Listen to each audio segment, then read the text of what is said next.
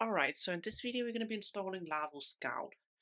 So over the next couple of videos we're going to be working on the search functionality and the ability to search through videos. So to get started with, I'm going to head into my project here and I'm going to open up a new terminal. I'm going to clear out some of the old ones that I'm not using right now. And after you've installed it, we need to publish this service provider for the Scout application.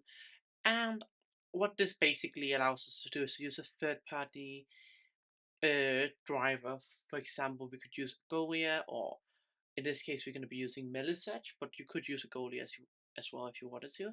Gonna copy this code over. Gonna require Meilisearch,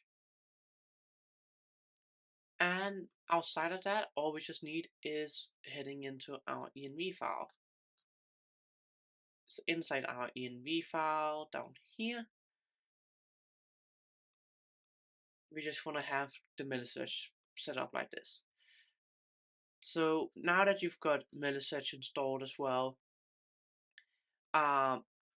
you can also read more about it on their website. There will be more documentation here if there's anything else you need to set up. But overall, that should allow us to just run the Meilisearch command and you start a server.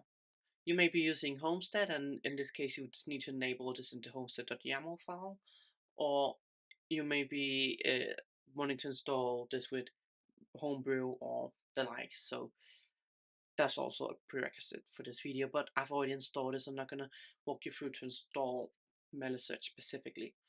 But by doing that, we're now able to basically run all the searching through Meilisearch. And again, Meilisearch will run on this port. So if you go ahead and open it up in the browser, you'll be able to see that we have this mini dashboard here where we can index different things. So I can go ahead in here, for example, and say the video model.